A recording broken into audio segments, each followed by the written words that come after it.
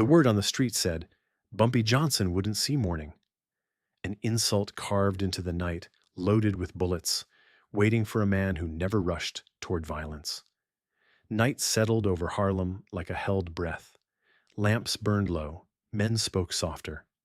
Somewhere a decision had already been made about Bumpy Johnson, and the street carried it without ever saying his name. He walked with no hurry. A dark coat, hat pulled level, shoes knowing every crack. The insult wasn't shouted. It was arranged. A car parked too long, a doorway too empty. Violence didn't announce itself. It waited. Bumpy felt it, the way a boxer feels a feint. Not fear. Weight. Expectation pressing from the sides. The kind that made young men jittery and old men cross the street. Tonight was supposed to end with something. Everyone agreed on that. He passed faces that knew him. A shopkeeper paused mid-sweep. A woman drew her boy closer.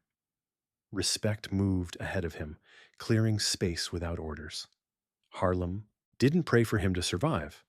Harlem trusted him to handle it. A block away, hands checked weapons for the third time. Men rehearsed courage they didn't own. They believed numbers were enough. They believed the night belonged to them. They believed Bumpy was just another body moving through it. He stopped beneath a light that flickered, then steadied. The signal was there, faint but deliberate. The trap expected panic. It expected speed. It expected noise. Bumpy did none of that. He waited. Let the moment ripen. Let certainty betray itself. Power, he knew, wasn't about striking first. It was about knowing who had already lost. Somewhere close, breath caught behind teeth. Fingers tightened. The night leaned forward.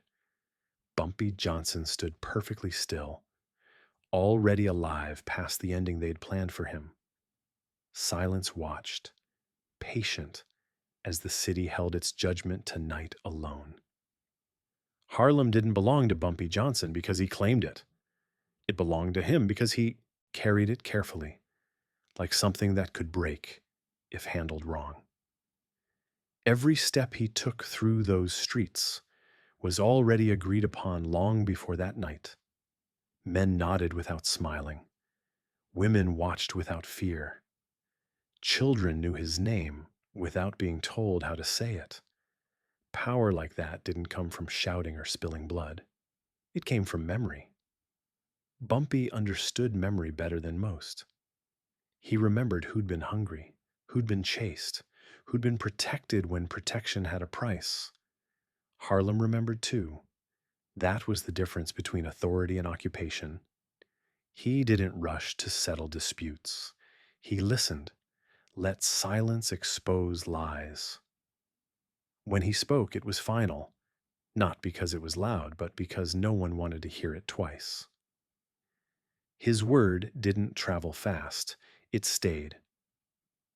On stoops and in back rooms, people talked in careful tones. Not about what he owned, but about what he prevented.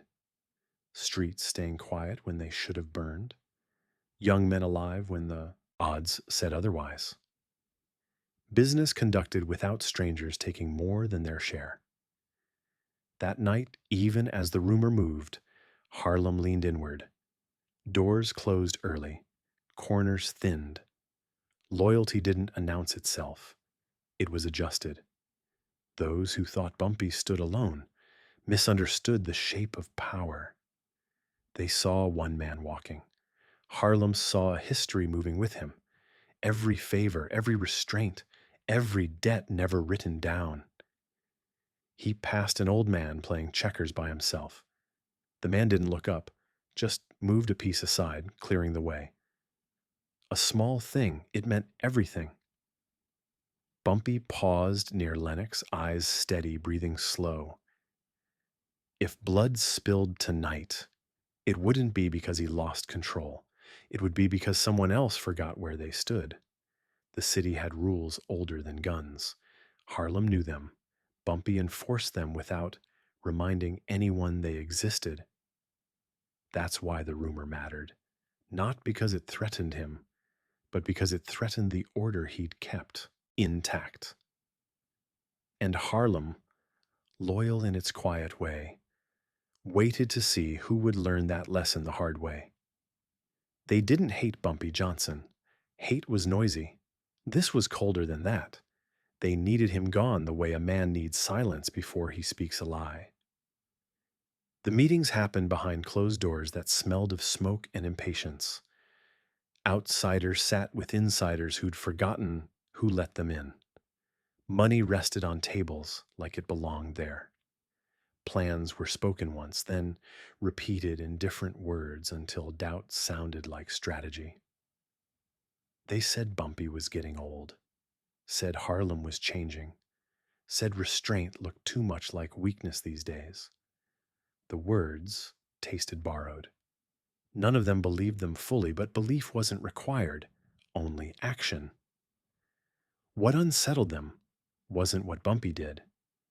It was what he refused to do. He didn't overreach, didn't chase attention, didn't punish unless there was no other way. That kind of control made impatient men nervous. It gave the neighborhood time to think. They wanted speed, noise, movement they could measure. Removing Bumpy promised all three. Some had crossed him before and lived. They mistook survival for permission. Others had never met him at all. They mistook distance for safety. Together they convinced themselves that tonight was overdue. Guns were checked, then checked again. A man asked too many questions and was told to shut up. Another smiled too wide, already tasting victory. None of them noticed how quiet the room had gone. Silence wasn't part of the plan. They believed killing a man would kill what he stood for. They didn't understand Harlem wasn't led. It was tended. Bumpy had spent years making himself unnecessary, then impossible to remove. Outside, the city listened. Inside, confidence swelled unchecked. No one asked who would speak after Bumpy. No one asked who would keep order when the shouting started. That question waited for them in the dark. They stepped into the night with borrowed courage and rented certainty. The plan felt clean, efficient, final. But power, real power, doesn't announce when it's being challenged. It watches. It waits for men to expose themselves. By the time they realized this wasn't an ambush but a reckoning, it was already too late to change course. Bumpy Johnson wasn't the one under pressure that night. They were. Disrespect didn't come with a gun. It came with laughter. The insult was delivered in public, where memory lives longest. A name said wrong, a story told too loose. A suggestion that Bumpy Johnson was finished, spoken just loud enough for Harlem to hear and pretend it hadn't. That was the danger. Not the threat itself, but the invitation it carried. It asked the street to reconsider its loyalties. It asked young men to imagine a future without restraint. Bumpy heard about it the way he heard most things, late, filtered, careful. Nobody rushed to tell him. Nobody needed to. Disrespect travels, slower when people hope it won't be noticed. He sat in a back room, hands folded, listening to the silence between words.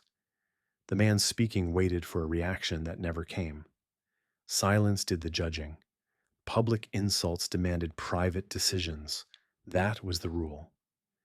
Violence answered disrespect, only when silence could no longer hold the line. Outside, eyes followed him. Not for protection, for instruction. Harlem didn't ask what he would do. It asked when. The man who spoke out of turn drank deeper than usual that night. He laughed too fast. His friends laughed with him, then apart from him. The sound thinned as it moved down the block. Bumpy walked through that laughter without acknowledging it. Control meant letting the moment hang until it collapsed under its own weight.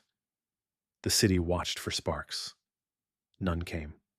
That was unsettling. Disrespect unanswered grows reckless. But answered too quickly, it spread. Bumpy understood the balance. He had lived inside it for years. Behind closed doors, decisions were made with fewer words than the insult required. Names were considered, not spoken. Consequences measured, not promised. When Bumpy finally spoke, it wasn't about punishment. It was about order. About reminding the neighborhood that public challenges didn't belong to individuals, they belonged to the community. The man would be dealt with. Not as an enemy, but as an example. The difference mattered. That night, Harlem learned something again. That restraint wasn't absent. It was preparation. And somewhere, the men waiting for chaos mistook calm for weakness, not realizing judgment had already been scheduled. They didn't see the work behind the calm, the conversations that ended careers without ending lives. The warnings were delivered softly, so dignity could survive the lesson. Bumpy believed humiliation was a poor teacher. Fear faded. Respect stayed. He allowed the story to travel one more night, unchanged. Let the speaker sit with his echo. Let others decide how close they wanted to stand to it. By dawn, the insult no longer belonged to the man who spoke it. It belonged to Harlem, and Harlem was patient. Patience was the real warning. It meant time to think, time to leave, time to remember who kept the streets from tearing themselves apart. By the time judgment arrived, no one would confuse it for impulse, and those who understood power recognized the sign. Silence had shifted. The line had been crossed back into order. No sirens, no speeches, just a correction waiting for its moment, already agreed upon. Harlem returned to its rhythm, knowing restraint had once again done its job. And the night moved on, carrying the lesson forward. Nothing had exploded. Everything had been decided. That was how order survived. Quietly, completely, on Bumpy Johnson's terms. And Harlem accepted it, without question. The night everyone expected violence arrived without ceremony. No sirens, no running feet, just the steady hum of Harlem, breathing the way it always had, measured, alert, alive. Bumpy Johnson moved through it like a man with nowhere urgent to be. That was the first mistake they made. They expected fear to hurry him, anger to sharpen him. Instead, he carried patience like a blade already drawn. The men waiting for him were tense, rehearsed, convinced this was the moment history turned loud. They had numbers. They had weapons. They had a story ready to tell afterward. What they didn't have was control. Bumpy stopped where the light fell clean. He didn't reach for anything, didn't speak right away. Silence pressed in, heavier than threats. One of them shifted, another swallowed. Momentum bled out of the plan without a shot fired. "You're standing wrong," Bumpy said finally. Just that. The words weren't an order. They were a verdict. He named nothing, explained nothing. He didn't need to. Every man there understood the calculation they'd failed to make. Killing Bumpy wouldn't end the night. It would begin a season they wouldn't survive. One of them lowered his eyes. Another took a step back, then another. Courage, once borrowed, demanded repayment. Bumpy didn't follow. He let them retreat into their own realization. Power didn't chase. It allowed escape so the lesson could travel. No blood stained the street. That mattered. Harlem didn't need a spectacle. It needed confirmation. By morning, the story was already clean. Not exaggerated, not softened, just precise.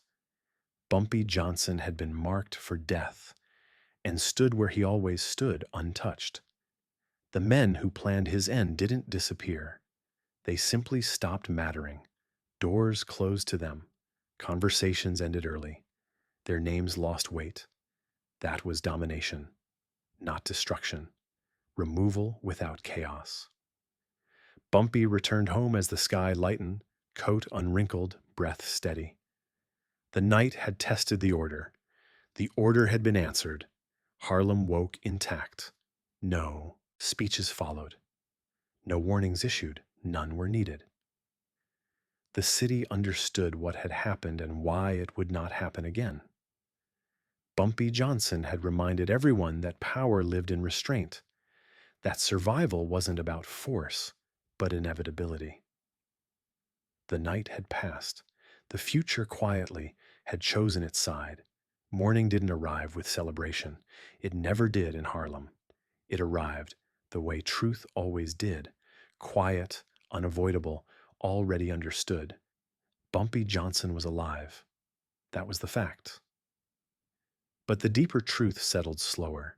He hadn't survived because of luck, or speed, or firepower. He survived because the city itself refused to imagine him gone. People opened their shops the same way they always had. Coffee poured, chairs scraped sidewalks. No one asked questions out loud. They didn't need answers. Harlem felt balanced again. And balance was everything. The man who had planned his end woke up in a different city, not hostile, worse, indifferent. Phones rang without being answered. Familiar faces looked through them instead of at them. Their mistake wasn't trying to kill Bumpy Johnson. Their mistake was believing his death would free them. They learned that survival didn't equal victory. Bumpy didn't speak about the night. He never corrected the story. Let it move untouched. Stories grew dangerous when shaped too carefully. He trusted Harlem to tell it the right way.